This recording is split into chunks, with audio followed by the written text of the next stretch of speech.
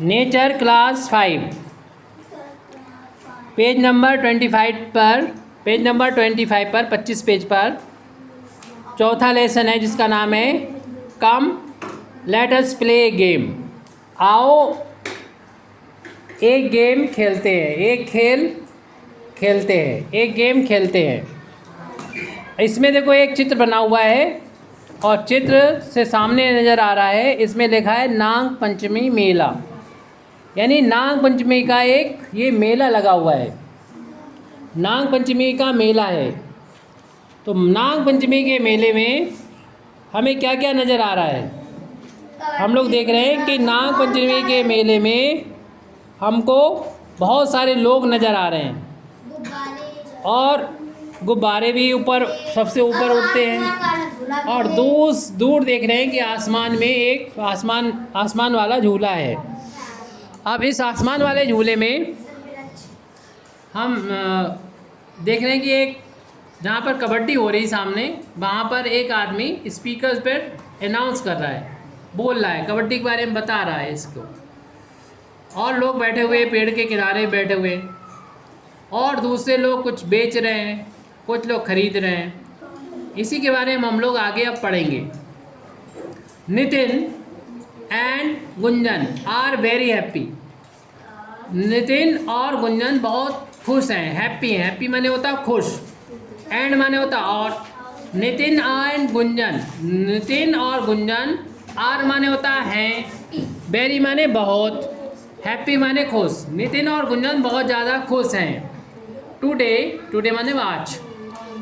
On the occasion of Nag Panchami, today आज नाग पंचमी के मौके पर, ओकेजन माने होता मौका, आज नाग पंचमी के मौके पर various game competition were to be organize in their village. Various माने कई, यानी विभिन्न प्रकार के गेम यानी खेल, कंपटीशन यानी प्रतियोगिताएं, वर टू ऑर्गेनाइज जो रखी गई थी, ऑर्गेनाइज की गई थी over the in their village, उनके गांव में बहुत सी प्रतियोगिताएं जो है ऑर्गेनाइज की गई थी, प्रतियोगिताएं रखी गई थी। सत्तू काला was encouraging the villagers to take part in the competition over the loudspeaker। ये जो लाउड स्पीकर पे बैठा ये व्यक्ति नज़र आ रहा है, इसका नाम है सत्तू काला। क्या नाम है? सत्तू काला। ये क्या कर रहा है? was encouraging, encourage माने होता है वो encourage कर रहा है, लोगों को प्रेरित कर रहा है, उत्साहित कर रहा है कि विलेजर्स को यानी गांव वालों को टू टेक पार्ट माने होता है हिस्सा लेना, कि हिस्सा लो। किस में हिस्सा लो? इन कंपटीशन में हिस्सा लो, यानी जो प्रतियोगिता हो रही है गेम की उसमें हिस्सा लो। ओवर द लाउड स्पीकर कर बोल के ऐसा वो कह रहा है। नितिन सैड, नितिन ने कहा, I will take part in long jump, मैं लॉन्ग जंप में हिस्सा लूँगा। नितिन ने क्या बोला? मैं लॉन्ग जंप में हिस्सा लूँगा, मुझे लॉन्ग जंप में हिस्सा लेना है। नितिन सैड, नितिन ने कहा, I will take part in long jump, Nitin ने कहा मैं लॉन्ग जंप में हिस्सा लूँगा। टेक पार्ट माने होता है हिस्सा लेना, भाग लेना। मैं लॉन्ग जंप में भाग लूँगा, हिस्सा लूँगा। उसके बाद लिखा हुआ है चेयरफुली गुंजन सैड, चेयरफुली माने होता खुश होते हुए, चेयरफुली बहुत ही खुश होते हुए गुंजन ने कहा, सैड माने कहना। क्या कहा? I will participate in tug of war. तो गुंजन ने क्या कहा खुश होते हुए? आई विल, आई का मतलब मैं, बिल माने आगे हिस्सा लूँगी, पार्टिसिपेट माने हिस्सा लेना, बिल माने गागी ये होता है। In the tug of war यानी रस्सा कसी में क्या होता है? एक रस्सा होता है, 5 लोग इधर खींच रहे हैं, 5 लोग उधर खींच रहे हैं, तो टग एंड बार में हिस्सा लूँगी। भीम, रेनू, राकेश और Rahila and Aftab also came there, came माने आए, देयर माने वहाँ। कौन कौन आया? भीम, रेनू, राकेश, राहिला और आफ्ताब भी वहाँ पर आए, आल्सो माने भी। दे आल स्टार्टेड, दे आल स्टार्टेड, उन सभी ने शुरुआत की। किसकी शुरुआत की? डिस्कसिंग, डिस्कसिंग माने बातचीत की। देयर फेवरेट गेम, अपने जो फेवरेट गेम थे उनके बारे में उन्होंने बातचीत की। जस्ट देन, फ़ौरन ही तभी, Nitin's grand father also came there, Nitin के ग्रैंड फादर जो थे वो भी वहाँ पर आ गए। शुरुआत में नाम किसका लिया गया था? नितिन का नाम सबसे पहले आया था। अब उनके आगे ग्रैंड फादर, ग्रैंड फादर का मतलब होता है दादाजी, बाबा, वो आ गए वहाँ पर। The children surrounded the grand father, जो और बच्चे थे, नितिन और उनके जो साथी थे, उन्होंने ग्रैंड फादर को चारों तरफ से क्या कर लिया? घेर लिया। किस लिए घेर लिया? बात करने के लिए घेर लिया। Grand father and started asking him various types of question, क्योंकि उन बच्चों को उनसे क्वेश्चन पूछना थे, प्रश्न पूछना थे, कुछ जानना चाहते थे बच्चों को नहीं मालूम था। तो ग्रैंड फादर आ गए, उनके जान पहचान के, नितिन के ग्रैंड फादर, नितिन के दादाजी। तो बच्चों ने घेर लिया और उनसे क्वेश्चन पूछने लगे। Grand father told them, grand father ने उनसे कहा दैट इन हिज चाइल्डहुड, कि मेरे बचपन में, ग्रैंड फादर ने कहा, उनके बाबा ने कहा, उनके दादा ने कहा, मेरे बचपन में, on the occasion of Nag Panchami, मेरे बचपन में जो नाग पंचमी होती थी, he used to take part in kabaddi, कि वो कबड्डी में हिस्सा लेते थे, वो कबड्डी खेला करते थे, एंड रेसलिंग, और कुश्ती लड़ा करते थे, अलॉन्ग विद हिज फ्रेंड, अपने दोस्तों के साथ। इसमें एक ब्लॉक आया है, एक यहाँ पर बॉक्स आया है, एक, हाँ ठीक है, एक रेक्टेंगुलर बॉक्स आया है, एक रेक्टेंगल आया है। इसमें लिखा हुआ है लेट अस नो, इसका मतलब होता है हमें जानना चाहिए। क्या जानना चाहिए? पढ़ लेते हैं तभी तो पता होगा। स्कीपिंग रोप, इसकी रोप माने रस्सी होते हैं, स्कीपिंग माने रस्सी कूदना, रस्सी कूदते हैं, स्किप करते हैं। स्कीपिंग रोप, म्यूजिकल चेयर, म्यूजिकल चेयर क्या होती है? एक ऐसी कुर्सी होती है, एक कुर्सी होती है। म्यूजिकल चेयर, म्यूजिक का मतलब होता है संगीत, और चेयर माने कुर्सी, लेकिन इससे अंदाज नहीं लगा पाओगे। एक गेम होता है, खेल होता है, जिसमें म्यूजिक बजाई जाती है और चेयर एक रखी होती है, और बच्चे उसके चारों तरफ घूमते हैं। चेयर जब म्यूजिक बंद हो जाती है तो बच्चे बैठते हैं, जो बच्चा बैठ जाता है, इस तरीके गेम होता है, उसे कहते हैं म्यूजिकल चेयर। हिट द बाल, हिट द बाल यानी बाल को हिट करना, बाल को मारना, ये गेम है। रेसलिंग, रेसलिंग जानते हो, कुश्ती होती है। और टग ऑफ बार यानी रस्सा कसी, बार। उसके बाद है टच एंड पास, छुओ और पास करो यानी जाने दो। Throw ball in the circle, kho kho, kabaddi, etcetera logical game. ये सारे गेम कैसे होते हैं? लॉजिकल गेम होते हैं। यानी स्किप रॉप जो है, और music chair, hit the ball, wrestling, tug of war और touch and pass, throw ball in the circle, एक सर्किल में बाल फेंकना, ये सब लॉजिकल गेम होते हैं। लॉजिकल गेम में हमें अपना दिमाग लगाना पड़ता है। शिक्षा, लॉजिकल जो गेम होते हैं उसमें हमें क्या करना पड़ता है? हाँ, तो ये इन गेम को याद कर लीजिए। ये गेम कौन से हैं? टग ऑफ बार। दिमाग लगाओ आप लोग कि लॉजिकल गेम कौन कौन से और हो सकते हैं।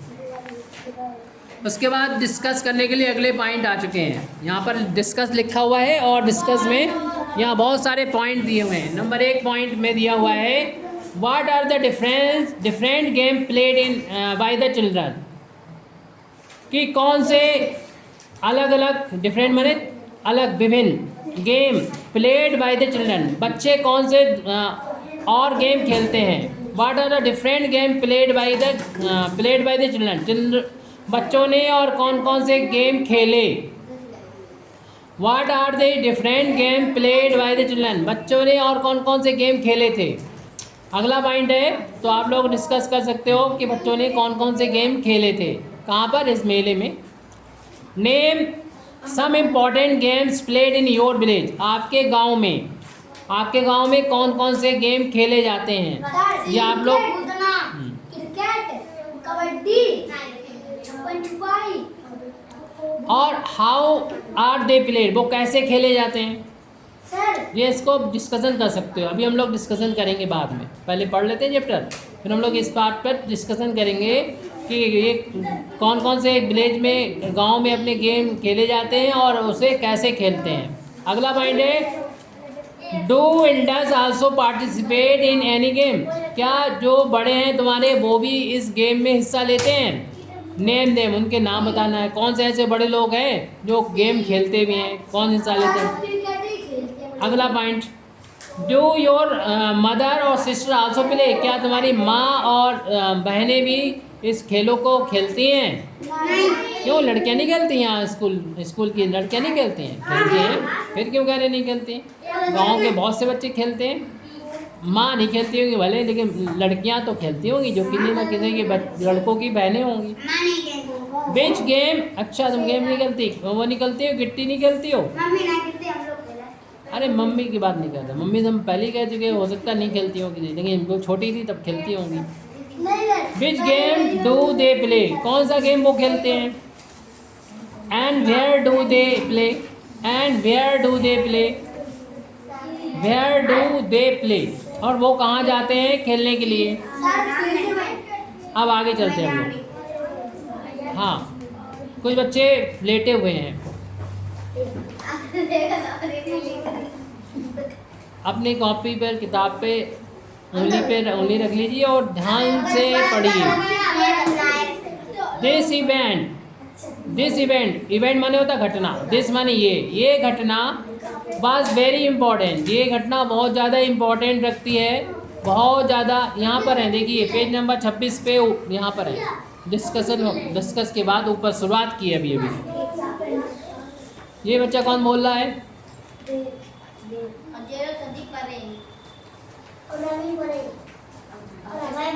कोई भी पढ़ेगा नहीं, ठीक है? ध्यान दो। दिस इवेंट, दिस माने होता है ये, जैसे बोले वैसे याद हो जाना चाहिए। दिस माने क्या होता है? ये है। इवेंट माने होता है घटना, ये इवेंट, ये घटना। वाज माने थी या था। वेरी माने बहुत, इम्पॉर्टेंट माने महत्वपूर्ण, बहुत, ये घटना बहुत ही महत्वपूर्ण थी। फॉर द विलेजर, गांव वालों के लिए। विलेजर्स माने गांव वाले, गांव वालों के लिए ये घटना बहुत ही महत्वपूर्ण थी कि कहाँ गेम हो रहा है, यहाँ पर खेल हो रहा। Aniket the kabaddi player of the village was to be very felicitated by the gram panchayat for his excellent performance at the state level। जो कबड्डी प्लेयर था, इसका नाम था अनिकेत, उसको ग्राम प्रधान ने बहुत ज़्यादा क्या किया था? फेलिसिटेटेड किया था, यानी उसको बहुत ज़्यादा हौसला दिया था कि ये क्यों की दिया था? फॉर हिज एक्सीलेंट परफॉर्मेंस, क्योंकि उसने बहुत ज़्यादा अच्छा काम करके दिखाया था कबड्डी में। कहाँ पर? स्टेट लेवल पर। स्टेट लेवल मैंने जैसे कि तुम्हारा उत्तर प्रदेश है, उस लेवल पर बहुत ज़्यादा अच्छा काम किया था, इसलिए ग्राम प्रधान ने बहुत उसको क्या किया? सम्मान दिया। ऑन द बेसिस ऑफ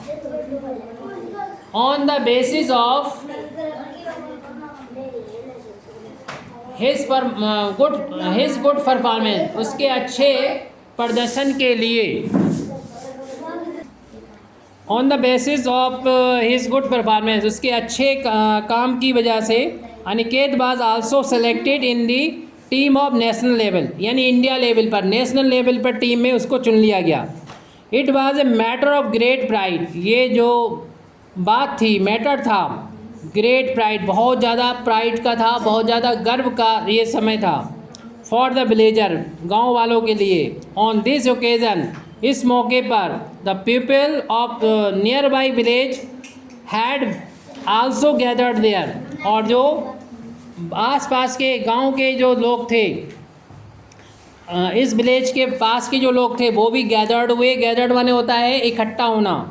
देर, वहाँ पर इकट्ठा हो गए। गांव वाले तो इकट्ठा हुए, आसपास के गांव वाले भी इकट्ठा हो गए, क्योंकि एक खिलाड़ी गांव का कहाँ जाएगा? पूरे इंडिया लेवल पे खेलने जाएगा। जैसे सचिन तेंदुलकर इंडिया लेवल के खिलाड़ी है, और भी तुमने मालूम विराट कोहली इंडिया लेवल खिलाड़ी है। ऐसे एक खिलाड़ी एक गांव से जब हो जाएगा तो पूरे गांव के लोग, आसपास के गांव के लोग भी इकट्ठा हो जाएंगे। एवरीवन वाज एक्साइटेड, हर एक एक्साइटेड था, हर एक उत्सुक था। टू नो जानने के लिए about the success of the Aniket, Aniket ऐसे सक्सेस कैसे हो गया, इतना ज़्यादा कामयाब कैसे हो गया, इस बात को जानने के लिए हर कोई जानना चाहता था। आफ्टर बीइंग फेलिसिटेटेड, यानी फेलिसिटेटेड होने के बाद अनिकेत जो है वो जब फेलिसिटेटेड हो गया, सब ने उसको बहुत क्या किया, उत्साहित किया, बहुत ज़्यादा उसको इज्जत दी। तो अनिकेत टुक ब्लेस फ्रॉम द एल्डर्स, तो अनिकेत ने ब्लेस लिया है, किससे लिया है, एल्डर्स से। हाँ बोलो, गवर्नमेंट जाने क्या होता है? किसके मीनिंग? गवर्नमेंट गवर्नमेंट भूल गया। आफ्टर बीइंग फेलिसिटेटेड अंकित टुक ब्लेसिंग, ब्लेस माने होता है आशीर्वाद लेना, आशीर्वाद। ब्लेसिंग फ्रॉम ऑल एल्डर्स, सभी एल्डर्स से, सभी जो उनके बड़े थे उनसे आशीर्वाद लेने के बाद, ऑफ द विलेज के जो भी बड़े लोग थे उनसे आशीर्वाद लेने के बाद, in response to the question, जब उससे क्वेश्चन पूछे गए, उससे प्रश्न पूछे गए अनिकेत से, रिस्पॉन्स उसने दिया, उसने जवाब दिया फॉर हिज सक्सेस, अपनी जो सफलता है उसका जब जवाब दिया, अनिकेत शेयर, अनिकेत ने शेयर किया, यानी शेयर का मतलब होता है साझा किया, अपने जो एक्सपीरियंस थे वो साझे किए, एक्सपीरियंस विद एवरीवन, अपने जो एक्सपीरियंस थे उसे साझा किया, मतलब वो जो गेम में चुन लिया गया तो उसने कितनी मेहनत करी होगी, वो सुबह कितने बजे उठता होगा, वो फिर अपना जो काम है वो कैसे करता होगा, वो क्या क्या खाता है, ये सारी चीज़ें उसने गांव वालों को बताई, और कितने बजे वो सो जाता होगा, ये सारी बातें। मोहित हैज़ ग्रेट, ग्रेट माने होता है महान या बहुत ज़्यादा, इंटरेस्ट इन गेम, मोहित का बहुत ज़्यादा इंटरेस्ट है, यानी बहुत दिल करता है किसमें, गेम में, खेलों में उसका बहुत ज़्यादा दिल लगता है, इंटरेस्ट बहुत ज़्यादा है उसका, बहुत ज़्यादा उसको मज़ा आता है। मोहित लेग्स, मोहित का जो पैर है वाज अफेक्टेड बाई पोलियो, मोहित का पैर जो है वो पोलियो से अफेक्टेड हो गया। पोलियो एक तरह की बीमारी थी जो आप लोगों को अभी नज़र नहीं आती है, पहले पोलियो की बीमारी ऐसी होती थी कि किसी बच्चे का पैर या हाथ या सर का कोई हिस्सा या मतलब जिस्म का कोई भी हिस्सा बेकार हो जाता था, फिर वो उससे चल नहीं पाता था, वो बेकार हो जाता था, एक तरह की बीमारी थी। लेकिन इस बीमारी को अब इंडिया में पूरी तरीके से करीब करीब ख़त्म किया जा चुका है, क्यों पोलियो की दवाई कई बार पिलाई जा चुकी है, आप लोग थे भी नहीं तब, उससे पहले से पिलाई जा रही है, और इतनी दवाई पिलाई गई छोटे छोटे बच्चों को कि जो भी बैक्टीरिया थे, जो भी इसके वायरस थे वो सब मर गए, क्योंकि वो इंसान के अंदर में रहते हैं, और इंसानों को दवाई पिला दी गई तो जो भी बैक्टीरिया वायरस थे वो सब, वो कीड़े मर गए उसके। अब वो यहाँ पर इंडिया में ऐसा कोई भी नहीं है जिसके अंदर इस तरीके की पोलियो का कोई भी कीड़ा या जर्म हो। चलिए हम लोग आगे चलते, पोलियो मिल गया, लेकिन पहले बच्चों को पोलियो हो जाया करता था, फिर वो बड़े तक भी रहते थे पोलियो रहता तो उनका पैर या हाथ खराब रहता था, ज़्यादातर पैर खराब रहता था, चलने में परेशानी होती थी। तो मोहित भी ऐसे थे कि मोहित का जो लेग था वो पोलियो से अफेक्टेड हो गया था, ख़राब हो गया था, बेचारा चल नहीं पाता था। What his love for games never decrease, लेकिन उसका जो गेम से प्यार था, खेलों से जो प्यार था, लव था, वो डिक्रीज़ नहीं हुआ। डिक्रीज़ माने कम, उसका खेलों से जो प्यार था वो डिक्रीज़ नहीं हुआ, वो कम नहीं हुआ। He had come to watch the events of the game competition with support of his crutches, जो अपनी उसकी बैसाखियाँ थी, क्रचेस थी, उसकी मदद से वो आया, उसको आना पड़ा गेम के जो भी प्रतियोगिता हो रही थी उसे देखने के लिए, अपनी वो बैसाखियों के सहारे, बैसाखियों के सपोर्ट से वो आ गया वहाँ पर जहाँ पर गेम हो रहा था।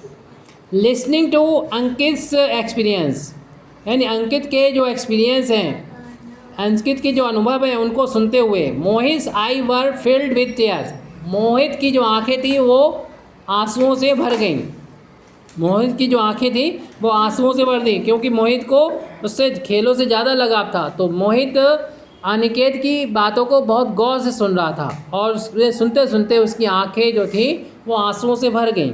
मोहित आक्स अनिकेत, मोहित ने अनिकेत से पूछा, would I never be able to play, क्या मैं कभी नहीं खेल पाऊँगा, क्योंकि उसका पैर खराब था। किसका? मोहित का। तो उसने अनिकेत से पूछा क्या मैं कभी नहीं खेल पाऊँगा? तो उसने कहा यू विल डेफिनेटली प्ले, तुम ज़रूर खेल पाओगे, डेफिनेटली, निश्चित रूप से तुम खेलोगे।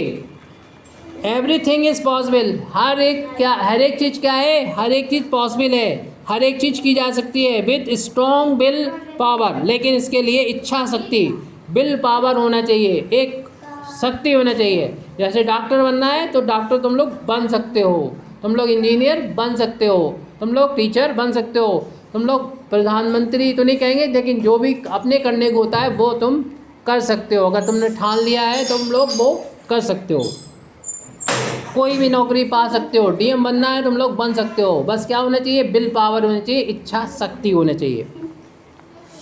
Under the support scheme, under the sport scheme, sport की एक स्कीम होती है, हमारी स्कीम होती है, स्कीम होती है, एक प्रक्रिया होती है। द गवर्नमेंट कंडक्ट, जो गवर्नमेंट होती है, सरकार होती है, वो इसको चलाती है, कंडक्ट करती है। कंडक्ट स्पोर्ट कंपटीशन, गवर्नमेंट जो है वो स्पोर्ट कंपटीशन कराती है, यानी खेलों की प्रतियोगिता कराती है, खेल कराती है कई तरह से। एट द ब्लॉक लेवल, वो क्या करती है? ब्लॉक लेवल पे पहले गेम कराती है। आपके तो स्कूल लेवल पे गेम होते हैं, जब स्कूल लेवल से कोई जीत जाता है, अच्छा कर लेता है, अच्छी टीम बन जाती है, तो इसको फिर ब्लॉक लेवल पे ले जाते हैं। हम लोग पहले एक टीम को ले गए थे वहाँ पर, और उसने जीता भी था। ब्लॉक लेवल पे जब जीत गई थी, यानी कई गाँव की टीमों से जीत गई थी, तो फिर हम ले गए थे ब्लॉक लेवल पे ले गए थे। ब्लॉक मतलब जैसे बड़पुर ब्लॉक है या फिर हमारा कायमगंज ब्लॉक है, वो इस लेवल पे भी जीत गई थी। फिर उसे खेलना था स्टेट ज़िले लेवल पे, तो ज़िले लेवल पर हमारी टीम जो है वो हार गई थी, लेकिन कई लेवल पे जीत गई, तो उसको प्राइज़ भी मिले थे वहाँ पर। और यहाँ पर फ़ोटो भी लगा रखा था रवि सर ने। फिलहाल अभी तो वो फ़ोटो जाने कहाँ चला गया है, लेकिन फोटोग्राफ मौजूद होंगे कहीं ना कहीं। और इनाम भी सब बच्चों को मेडल मिला था, पूरी टीम को मेडल मिला था, और हम लोगों ने मिल के फ़ोटो खिंचाया था। मेरे पास फ़ोटो रखा होगा, वो मेरे मोबाइल में होगा, पुराने वाले में। चलिए आगे चलते हैं। डिस्ट्रिक्ट लेवल और state level for the different abled children, differently abled children.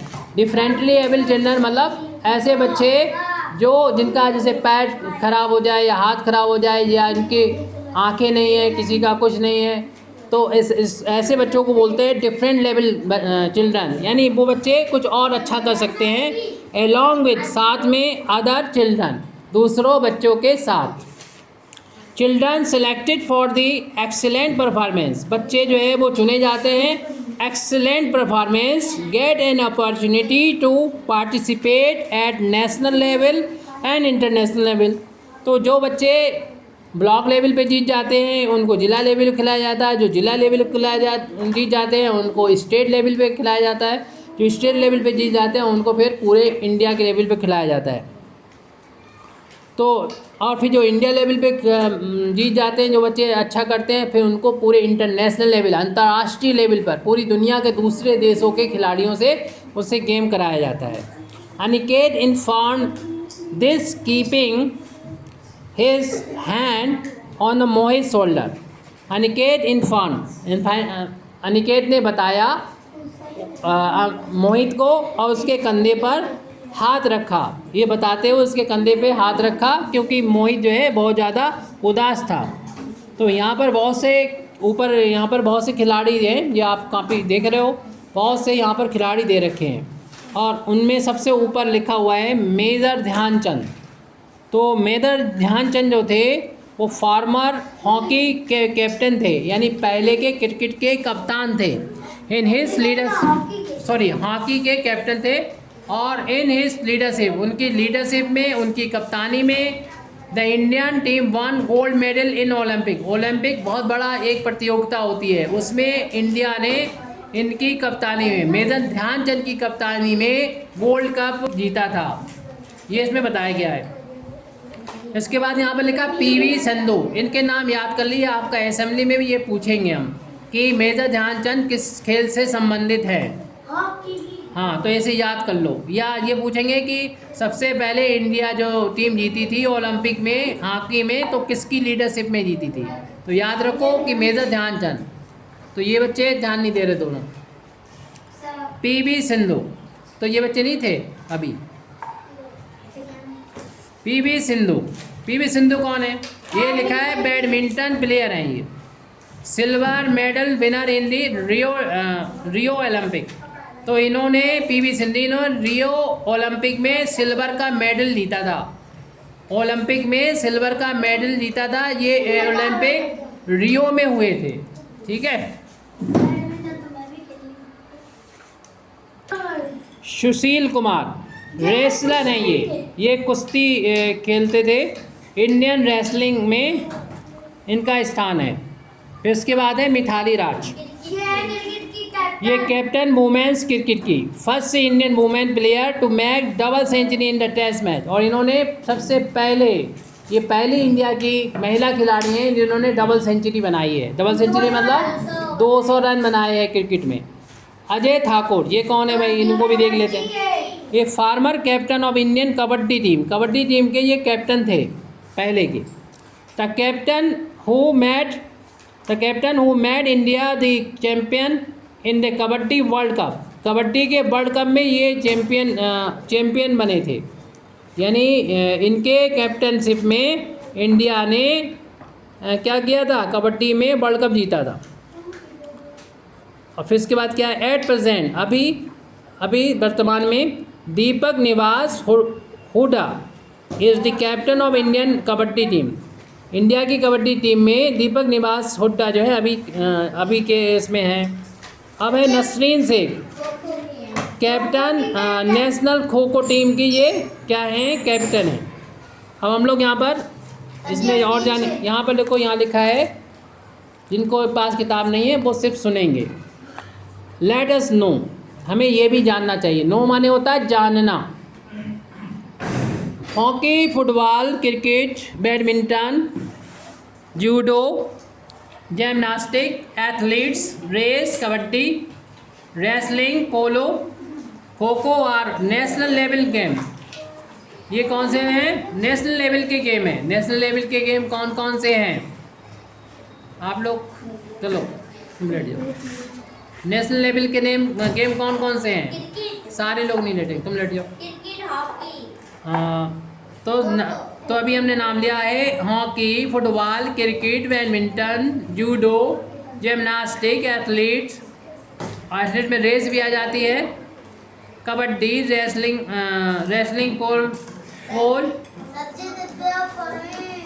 खो kho etcetera are the national level game है। दिव्या उठ जाओ, दिव्या उठिए, ये क्लासरूम में आपका घर नहीं है, ठीक है। अगला नेक्स्ट पॉइंट है अगस्त 29, याद कर लो, ये असेंबली में पूछेंगे। August 29 birthday of the major Dhyan Chand. Major Dhyan Chand का बर्थडे कब मनाया जाता है, जन्मदिन 29 अगस्त। अभी आने वाला है 29 अगस्त, हम लोग मेजर ध्यानचंद का जन्मदिन मनाएंगे, ठीक है। Is celebrated national sport day, ये किस रूप में मनाया जाता है, ये नेशनल स्पोर्ट डे के रूप में मनाया जाता है। इस दिन आपको ज़रूर खिलाएंगे, 29 अगस्त को खेल खिलाएंगे, ठीक है। हाँ, स्कूल में हॉकी नहीं तो हॉकी खिलाते। हॉकी असल में सबके लिए होना चाहिए, जो भी प्लेयर होता है वो सबके पास हॉकी होना चाहिए।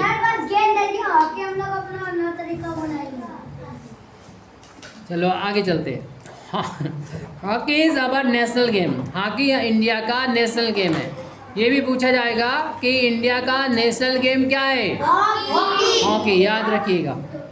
अब यहाँ पर डिस्कस करना है, how you ever participated in game other then in your school. क्या तुमने स्कूल के अलावा कहीं और जगह पर खेल खेला है, हिस्सा लिया है।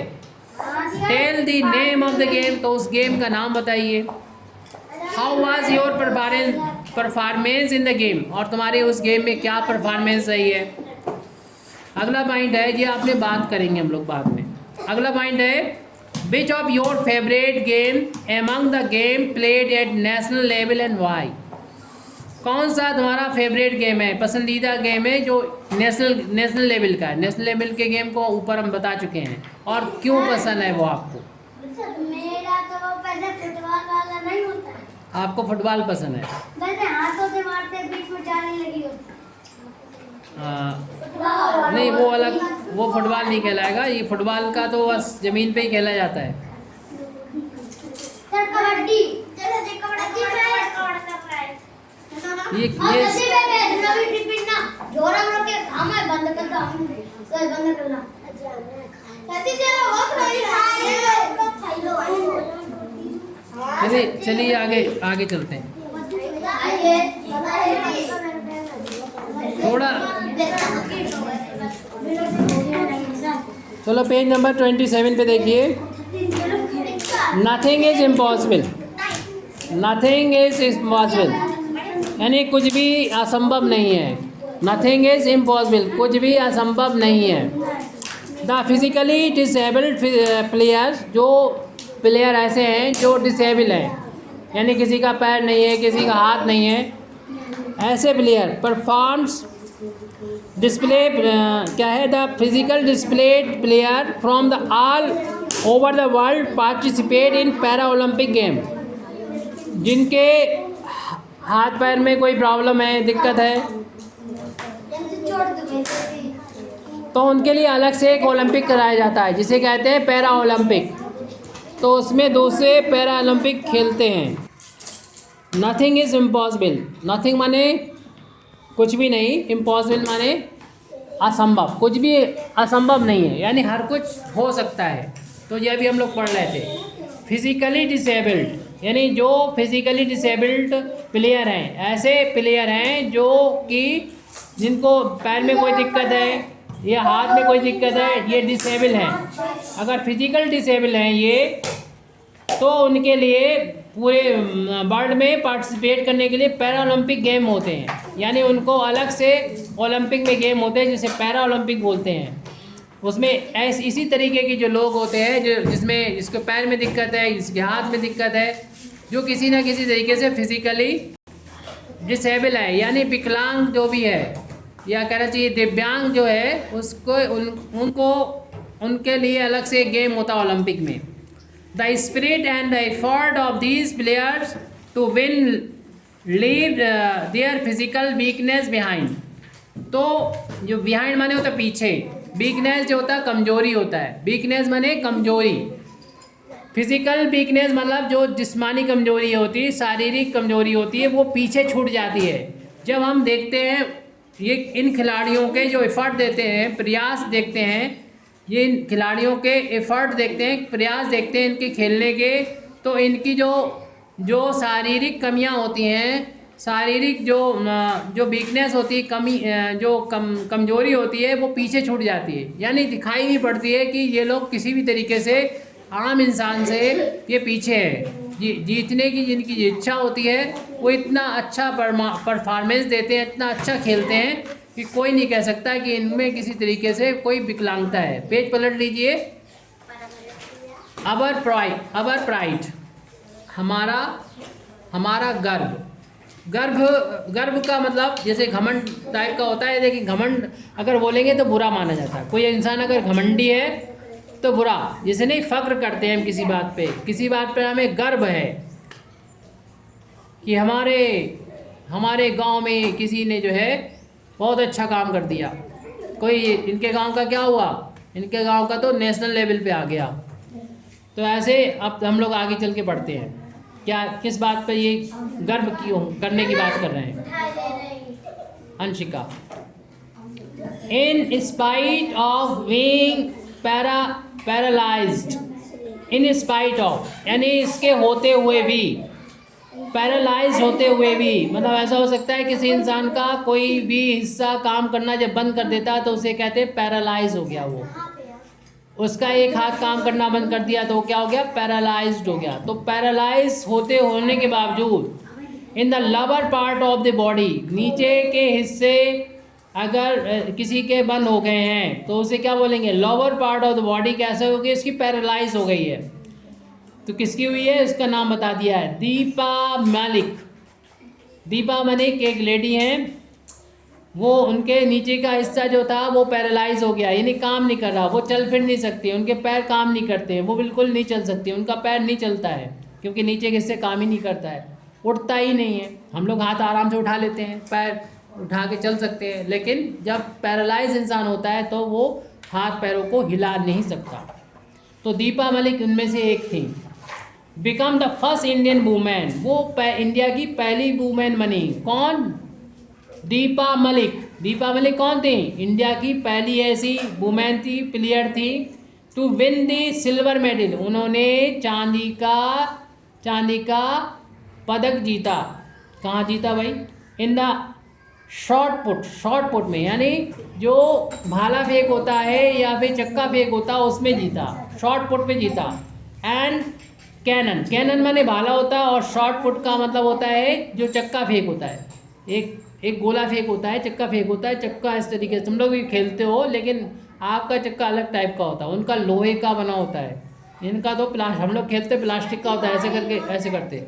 और कैनन माने होता है भाला फेंक में, और शॉर्ट पुट में इन्होंने इंडिया की सबसे पहली वूमेन थी जिन्होंने, यानी दीपा मलिक पहली वूमेन थी जिन्होंने चक्का फेंक में सिल्वर मेडल दिलाया था। कब दिलाया था? 2016 में, पैरा ओलंपिक गेम में। कब हुए थे गेम ये? 2016 में। शिवन्या समझ में आ रही बात? नहीं आई? शी पार्टिसिपेटेड, किसकी बात चल रही है? दीपा मलिक की। शी पार्टिसिपेटेड, उन्होंने हिस्सा लिया in various national and international competition of javelin throw, यानी भाला फेंक में उन्होंने बहुत से राष्ट्रीय और अंतर्राष्ट्रीय खेलों में हिस्सा लिया। स्विमिंग में हिस्सा लिया, मोटरसाइकिलिंग में लिया, और रेसलिंग में उन्होंने हिस्सा लिया। द गवर्नमेंट ऑफ इंडिया, यानी भारत सरकार ने awarded her with Arjun award, Bharat की सरकार ने उनको अर्जुना अवार्ड दिया। अर्जुन अवार्ड किसमें दिया जाता है? जो खेलों में अच्छा योगदान देते हैं उनको अर्जुन पुरस्कार मिलता है, अर्जुन अवार्ड मिलता है। For the remarkable achievement in the para Olympic game. Remarkable का मतलब होता है उल्लेखनीय, यानी जो चीज़ दिखाई पड़े, जो चीज़ मालूम पड़े, हाँ कुछ किया इसने। अचीवमेंट यानी प्राप्त किया। इन पैरा ओलंपिक गेम में उन्होंने उल्लेखनीय यानी रिमार्केबल अचीवमेंट किया है, इसलिए उनको भारत सरकार ने 2016 में अर्जुन अवार्ड दिया। किसको दिया था? दीपा मलिक को। क्या नाम है उनका? दीपा मलिक। उन्होंने सिल्वर मेडल जीता था। कहाँ जीता था? ये तुम्हें पता हो चुका है, 2016 के रियो। अब आगे चलते हम लोग। मैरी यप्पन थनगेबुलु, मैरी यप्पन थैंगावेलु ऑफ तमिलनाडु, ये तमिलनाडु की कोई हैं। इनका नाम है मरियप्पन थैंगावेलु ऑफ तमिलनाडु के है ये। वॉन माने जीता, वॉन गोल्ड मेडल, इन्होंने स्वर्ण पदक जीता। इन हाई जंप में स्वर्ण पदक इन्होंने जीता। एट द एज ऑफ 5 साल की उम्र में one of his leg was bonded, उन 5 साल की उम्र में उनका एक पैर जो था कैसा हो गया? बॉन्डेड हो गया, जख्मी हो गया। इन एन एक्सीडेंट, एक एक्सीडेंट में। Which did not gate cured ever after treatment, उनका इलाज भी किया गया लेकिन वो पैर एक्सीडेंट में जो ख़राब हुआ था वो सही नहीं हुआ। In spite of being poor, इसके बावजूद भी कि वो गरीब थे, गरीब परिवार में से। एंड फिजिकली वीक, और उनके वो शारीरिक रूप से कमज़ोर थे। He did not give up, उन्होंने छोड़ा नहीं। तुम्हारा आपके पहले पार्ट का नाम क्या है? यही तो है इंग्लिश में। पहले पार्ट का नाम क्या है? डोंट गिव अप, छोड़ना नहीं है, प्रयास नहीं छोड़ना है। तो इनके पैर भी खराब थे और ये गरीब भी परिवार में थे, इसके बावजूद भी इन्होंने छोड़ा नहीं, प्रयास करना नहीं छोड़ा। विथ हिज हार्ड वर्क, इन्होंने क्या किया? हार्ड वर्क किया। तो आपको अपने पढ़ाई में क्या करना है? हार्ड वर्क करना है। या कोई अच्छा खेल खेलता है तो उसमें क्या करना है? हार्ड वर्क करना है। डिड नॉट गिव अप लिखो। हाँ, तो डिड नॉट का मतलब होता है कि इसमें डिड का मतलब होता है था, यानी ये बीते हुए समय की बात करी जाती है, तब था का इस्तेमाल करते हैं। और हमारा जो पोएम थी पहली वो क्या थी? डोंट गिव अप थी, उसमें प्रेजेंट की बात चल रही थी। आपसे बोला जा रहा था ऐसा ना करो।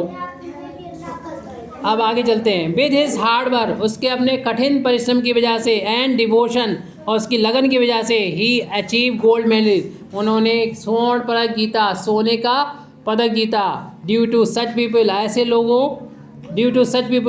लोगों की वजह से, the name of India is signing at the international level, ऐसे लोगों की वजह से इंडिया का नाम जो है वो पूरे विश्व में यानी अंतर्राष्ट्रीय स्तर पर कैसा हुआ, साइन किया, चमका, रोशन हुआ। अब है इम्पोर्टेंस ऑफ प्रैक्टिस।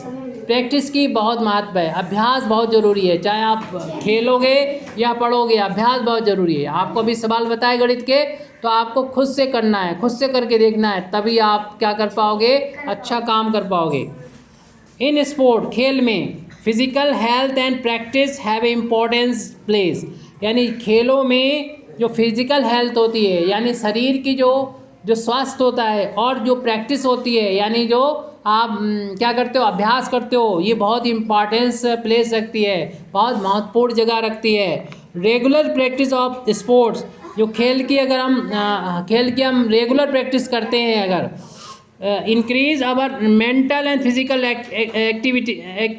एक्टिवनेस, अगर हम स्पोर्ट्स जो होते हैं, अगर हम खेल की जो रेगुलर प्रैक्टिस करते हैं अगर हम, तो हमारा जो दिमाग होता है और हमारा जो शरीर होता है वो कैसा रहता है, वो एक्टिव रहता है। वो कैसा रहता है, एक्टिव मतलब चलता रहता है, सही रहता है। Sports end game make us, sport जो होते हैं यानी खेल जो होते हैं और जो गेम होते हैं, मेक अस डिसिप्लिन, वो हमको अनुशासन में रखते हैं।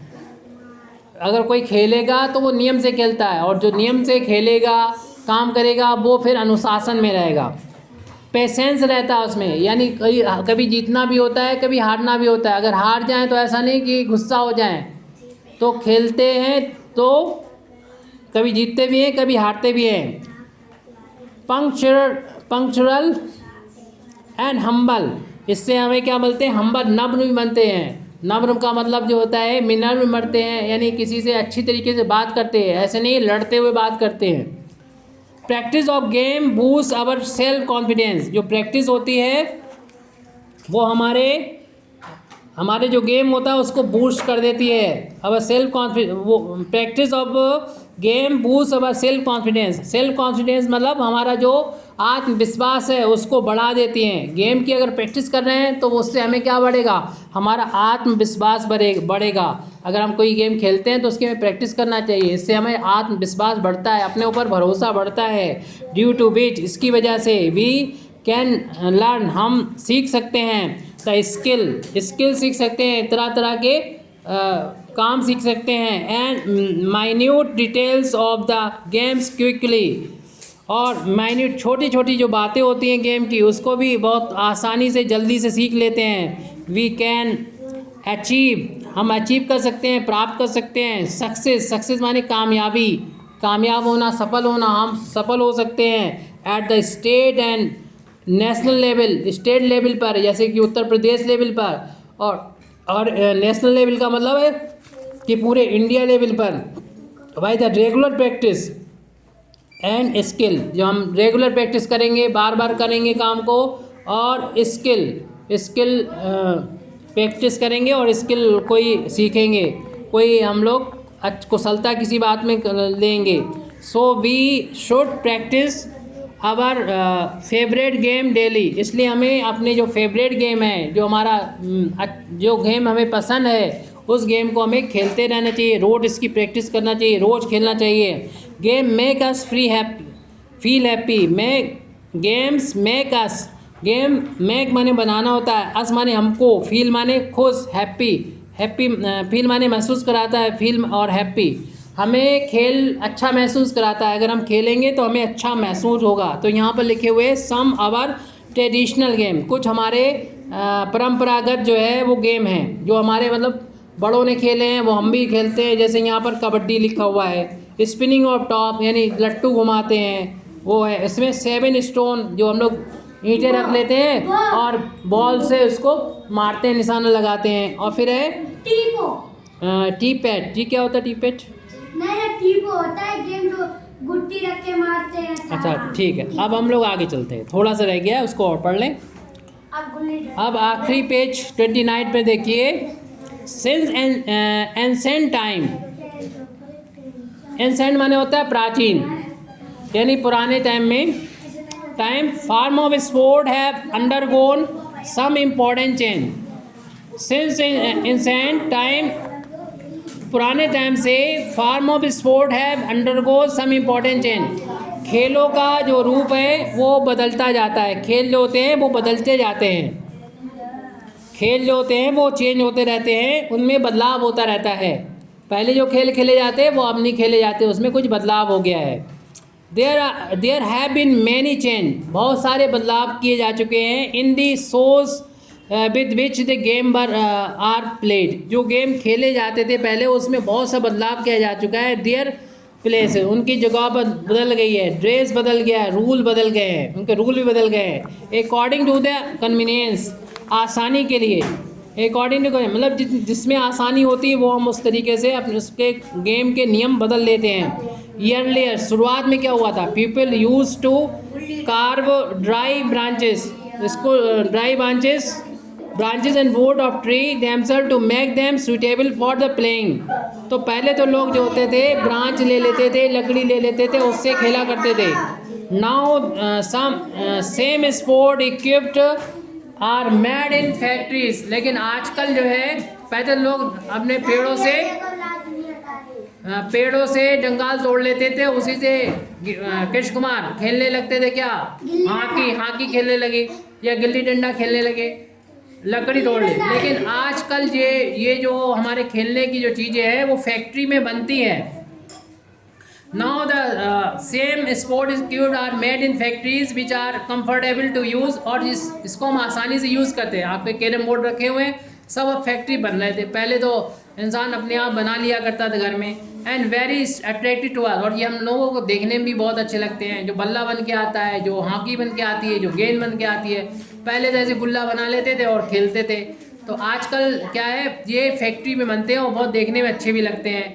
To distinguish the players of one team from the other, एक टीम को, दो टीमें खेल रही हैं, कैसे पता लगेगा कि एक टीम दूसरे से अलग है, तो उनके कपड़े अलग कर दिए थे। They are provided with comfortable sport kit of different colour, तो उनको अलग अलग कलर की क्या कर दी जाती थी, स्पोर्ट किट पहना दी जाती थी, दे दी जाती थी। Stadium and sport field are made for playing where the suitable arrangement of the track and the light setup. पहले तो गेम करने के लिए कोई ऐसी चीज़ नहीं हुआ करती। आजकल स्टेडियम में पहुंच जाओ, फतेहगढ़ में स्टेडियम बना हुआ है, तो वहाँ पर पहुँच जाओ, वहाँ पर क्या बना दिए जाते हैं, ट्रैक बना दिए जाते, दौड़ने के लिए अलग है, आपके खेलने के लिए अलग है, हर चीज़ के लिए ट्रैक बना दिए गए हैं, लाइन्स बना दी गई फील्ड पर, और लाइटें लगी हुई हैं।